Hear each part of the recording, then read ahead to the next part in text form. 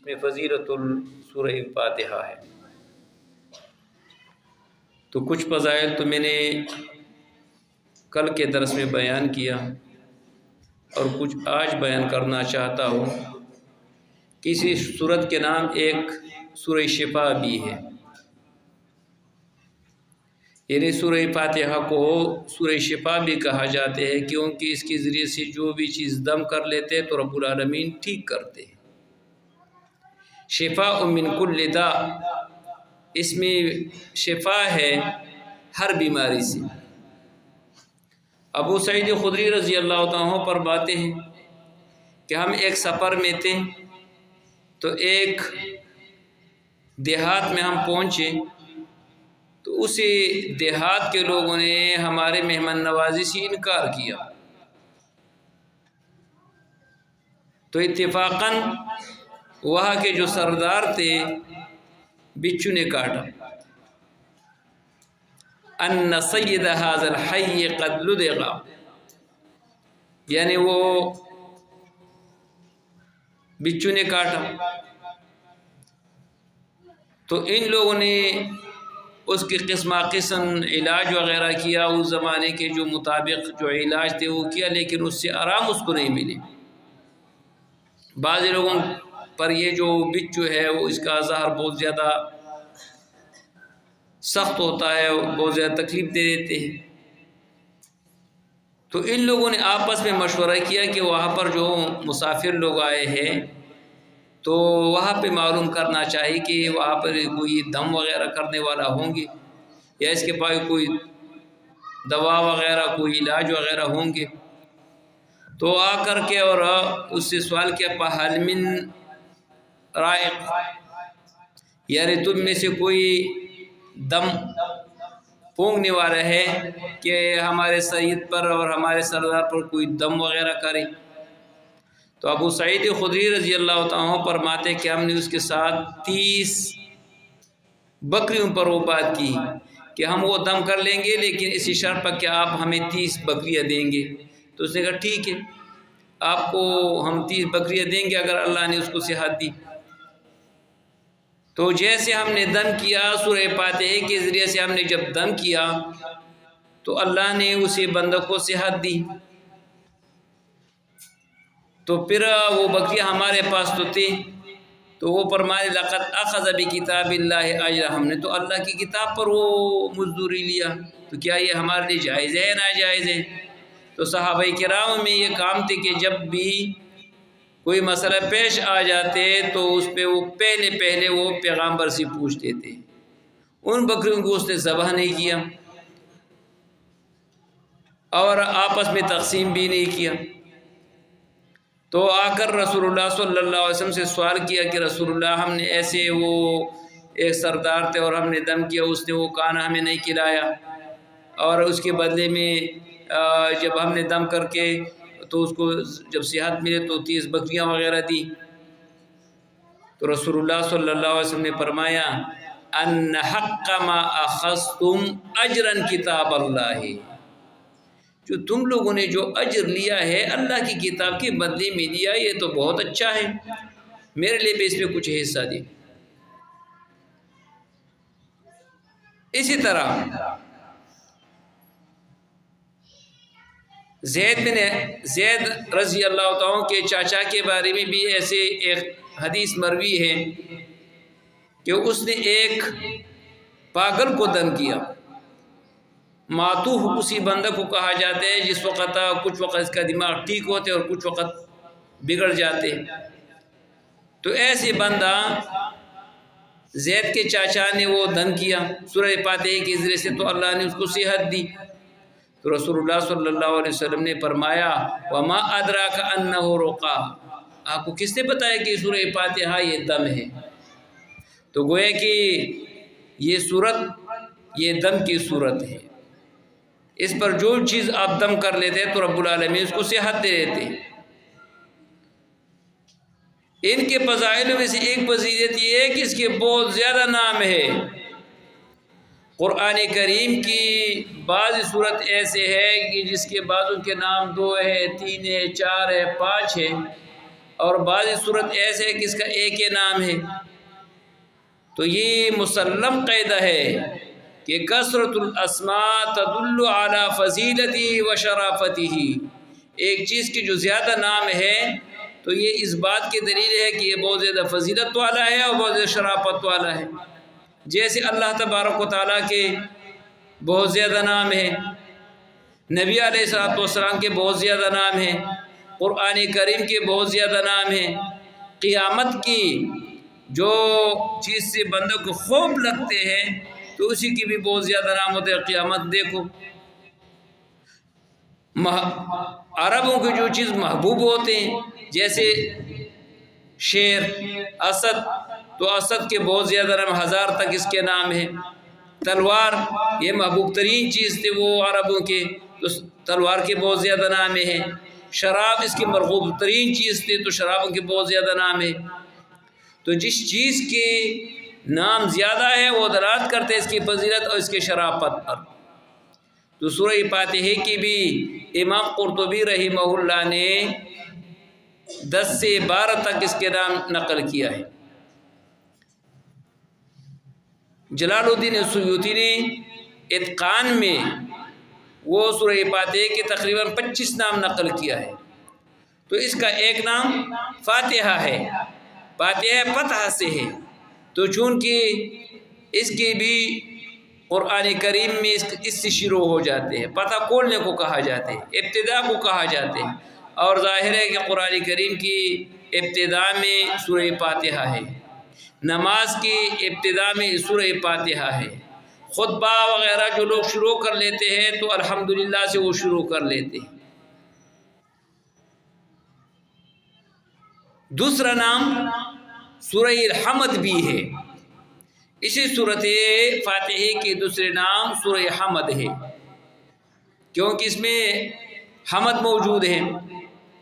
اسی صورت فاتحہ کے دوسرے نام سورہ صلاۃ بھی ہے، تمام نمازوں میں نفلی ہے یا فرضی ہے، ہر رکعت میں وہ سورہ فاتحہ پڑھی جاتے ہیں، تو اس لیے اس کو سورہ صلاۃ بھی کہا جاتے ہیں۔ چوتھا نام سورہ نور ہے، عظمت والا سورت ہے، کیونکہ یہ عظیم ترین سورت ہے۔ یہ کل میں نے بتایا تھا لَأَعْلَمَنَّكَ أَعْظَمَ سُورَةٍ فِي الْقُرْآنِ، عظیم ترین سورت آپ کو بتا دوں گا، تو یہ عظیم سورت ہے، نور والا سورت ہے۔ پانچواں نام سبعۃ المثانی، یعنی 7 آیاتوں پر مشتمل آیات، یعنی 7 آیاتوں پر مشتمل سورت، یہ سورہ فاتحہ ہے۔ یا مثانی بار بار دہرانے کو کہا جاتے ہیں، اور ظاہر ہے کہ یہ سورہ فاتحہ نماز میں بار بار دہرائے جاتے ہیں۔ یا مثانی کا مثانی اس لیے کہا جاتے ہے کہ مثانی ازداد کو کہا جاتے ہیں۔ سبعۃ المثانی یعنی مثانی کا معنی ہے جس میں ازداد موجود ہو، تو ظاہر ہے کہ سورہ فاتحہ میں یہ دنیا اور آخرت کے ذکر بھی ہے، گمراہ اور مسلمانوں کی ذکر بھی ہے، اس میں تعریف اور اسی طرح دم کی، یعنی یہ سارے کے سارے ازداد اس میں موجود ہیں، تو لہٰذا اسی صورت کو سبعۃ المثانی بھی کہا جاتے ہیں۔ چھٹا نام اساس القرآن، قرآن کریم کی بنیاد کہا جاتے ہیں، کیونکہ قرآن کریم کی جو بنیادی موضوع ہے توحید، رسالت، آخرت، یہ تینوں کی تین اس میں پائے جاتے ہیں۔ ساتواں نام تعلیم المسئلہ، یعنی وہ تعلیم جو دعا کے آپ کو بتا دیتے ہیں، یعنی جب آپ دعا کر لیتے ہیں تو دعا کا طریقہ سورہ فاتحہ سے سیکھو کہ پہلے اللہ تبارک و تعالیٰ کا تعریف بیان کرو، بعد میں دعا کرو، اور آخر میں آمین کرو۔ ہمارے طریقہ کار یہ ہے کہ جو مولوی صاحب دعا کر لیتے ہیں پہلے سے آمین کہتے ہیں، تو یہ خلاف شریعت ہے، یہ خلاف قرآن کریم کے۔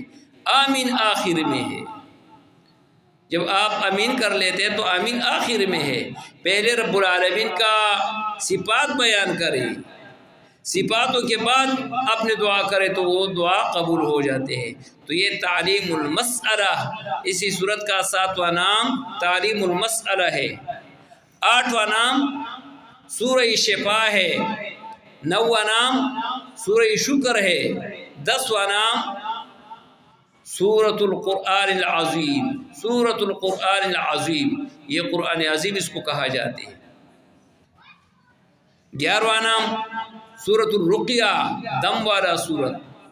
12واں نام سورہ کافی اور وافی، اور 13واں نام سورہ مناجات، اس میں رب العالمین کے ساتھ وہ مناجات بھی ہے، یعنی سرگوشی بھی ہے، اللہ کے ساتھ براہ راست گفتگو ہے۔ 14 نمبر سورہ کنز، یہ خزانے کی صورت ہے۔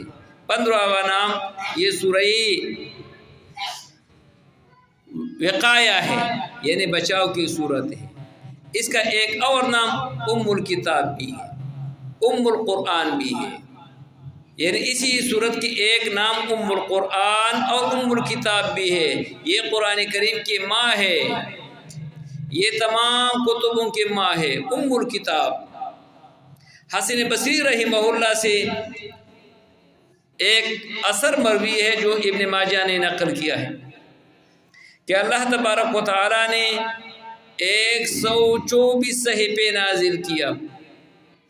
اللہ تبارک و تعالی نے 124 کتب نازل کیا، اور یہ تمام کتاب اللہ تبارک و تعالی نے وَأَوْضَعَ عِلْمَهُ فِي 40، اور 124 کتبوں کی علم رب العالمین نے 4 کتابوں میں محفوظ کیا، اور ان 4 کتابوں کا علم رب العالمین نے وَأَوْضَعَهُ فِي الْقُرْآنِ، یہ اللہ تبارک و تعالیٰ نے قرآن کریم میں محفوظ کیا۔ وَأَوْضَعَ الْقُرْآنِ فِي الْمُفَصَّلِ، اور قرآن کریم اللہ نے جو محفوظ کیا مفصلات میں، اور وَأَوْضَعَ الْمُفَصَّلَ فِي الْفَاتِحَةِ، اور یہ مفصلات رب العالمین نے محفوظ کیا سورہ فاتحہ میں۔ اس لیے حافظ ابن کثیر رحمہ اللہ فرماتے ہیں کہ اس میں 2 کلمتان ایسے ہیں کہ تمام دین اس کی طرف لوٹ جاتے ہیں۔ حافظ ابن کثیر رحمہ اللہ فرماتے ہیں ہاتان الکلمتان ترجو الادیان کلہا فیہا، تمام ادیانوں کے جو خلاصہ ہے ان 2 کلموں میں محفوظ ہے۔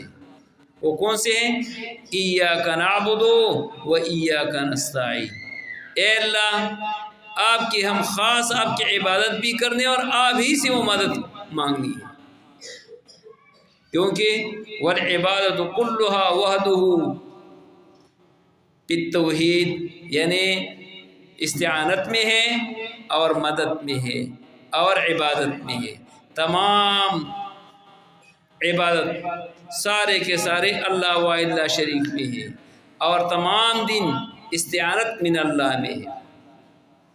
اس لیے عبداللہ بن عباس رضی اللہ تعالیٰ عنہ فرماتے ہیں لِكُلِّ شَيْءٍ لُبَابٌ، ہر چیز کے لیے ایک مغز ہوتا ہے، اصل ہوتا ہے۔